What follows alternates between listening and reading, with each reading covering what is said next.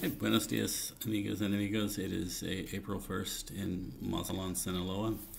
This is another update about sort of how things are going down here.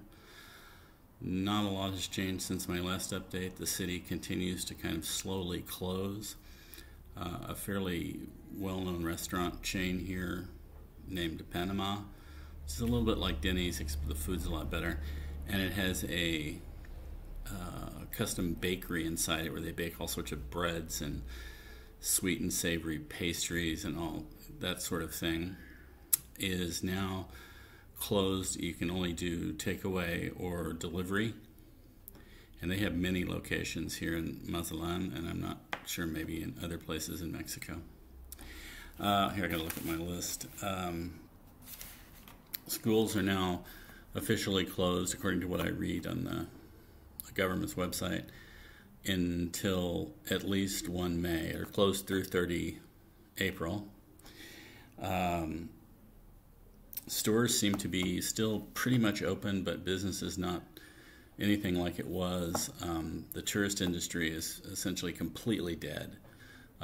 Lots of hotels closed just because there's no people. And you can just see walking around town, there's just nobody. It looks like a ghost town.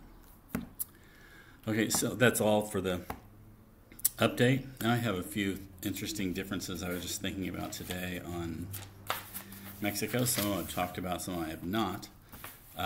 Payments in Mexico are quite a bit different than the U.S. People here tend to use cash for a lot more things, as I've mentioned in other videos, such as groceries, gasoline, a lot of things people tend to use cash for. I've never seen anybody write a check. I'm not saying they don't have them. I'm saying I have never seen a check in public. There's no phone or touchless pay that I've ever seen. I've never seen a terminal that uses touchless or tap and pay or phone pay. Never. And people do a lot of bank deposits in person. They stand in these long queues, especially around lunchtime, depositing money in the bank, which I don't personally see in the U.S. As I've said before, gasoline there's no self-service, and it's kind of a dance now when you're not supposed to get too close to people to get gasoline.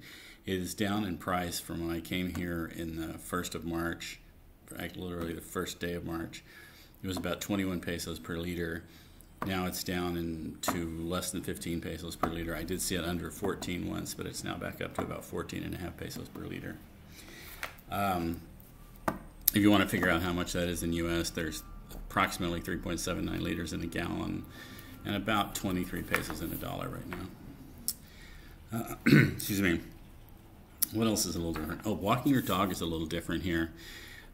People really don't talk to you when you meet other people with dogs. Like, at least where I live in Colorado, you tend to talk to people who also have dogs, and sometimes the dogs meet, especially if the dogs are both friendly. They can kind of, meet and smell each other and all that stuff. But they really don't do that here. Usually they just kind of give you a wide berth, and you can kind of walk around each other. And yeah, there's a couple of exceptions here in the neighborhood. There's another little Schnauzer dog named Lucky, and him and Lola always meet. But usually you don't meet anybody. It's like they just don't socialize with other dog people.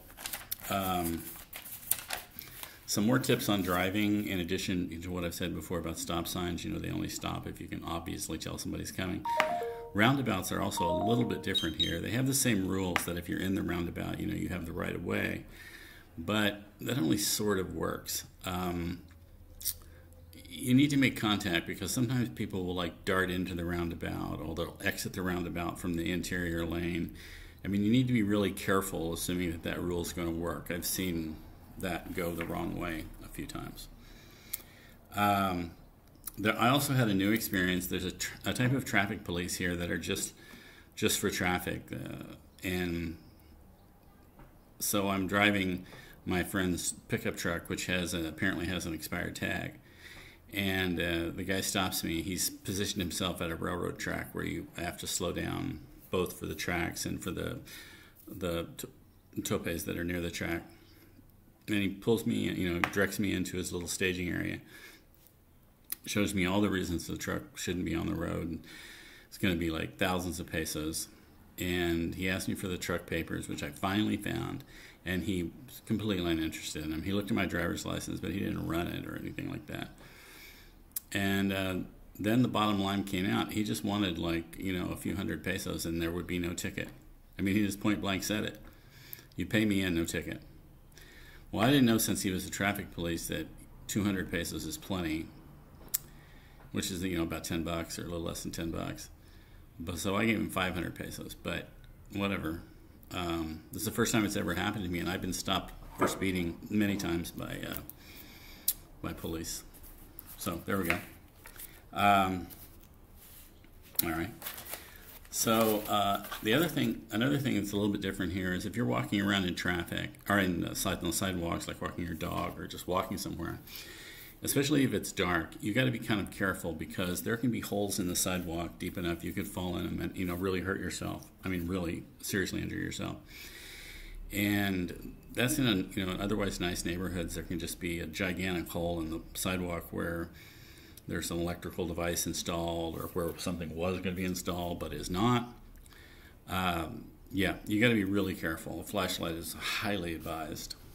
The other thing that's far different here than my experience in the U.S., or another thing, is public transit. There's a lot of buses, and people ride them everywhere.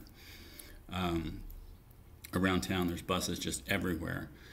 And there's also cross-country buses that people use that we don't really have. I mean, they're really nice, they're clean, they have Wi-Fi, they are nicely climate controlled, and they're very commonly used. They even can adjust the ride, like their air pressure on the go. They're nice things that we just don't have.